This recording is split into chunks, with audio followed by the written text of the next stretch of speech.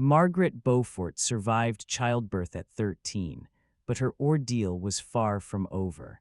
Now widowed, frail, and scarred, she lived in a kingdom tearing itself apart, a kingdom where her child carried a claim strong enough to make him both a hope and a target. England was locked in civil war. The Wars of the Roses, Lancaster against York, a brutal struggle where families were torn apart, fortunes ruined, and the crown passed from one king to another like a prize in a bloody game. Margaret was still a child herself, yet she was the mother of a potential king. That made her valuable and vulnerable. Powerful men watched her closely, plotting her next marriage as though she were a piece on a chessboard.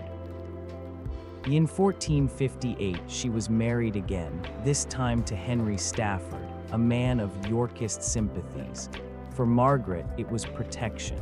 For Stafford, it was a political bargain. Their marriage was practical, not passionate, a fragile shelter in a storm of shifting allegiances. But even under Stafford's protection, Margaret faced heartbreak. Her son, young Henry Tudor, was placed in the care of his uncle, Jasper Tudor, to keep him safe from Yorkist enemies. For years at a time, Margaret was separated from the only child she would ever have. Margaret learned to survive by playing the part expected of her.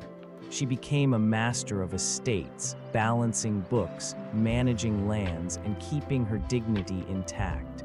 To her, piety and prudence became weapons. She would outlast chaos through patience. The wars raged on. Towton, Barnet, Tewkesbury, battles where thousands died. Margaret Stafford watched as England bled, as kings fell and rose again, and as her son's distant claim flickered like a candle in the wind.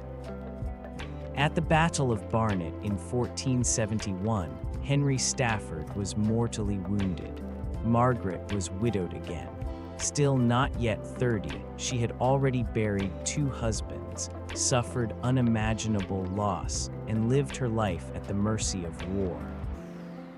Yet Margaret Beaufort was no broken widow. Her faith gave her strength, her mind gave her vision, and her son, her precious Henry, gave her purpose. Though exiled and hunted, he was alive, and Margaret would devote every breath to his survival.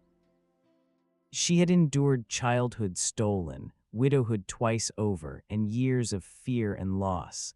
But Margaret Beaufort was not finished. In the shadows of exile and war, she would transform from a pious widow into a political mastermind, and in time she would strike back.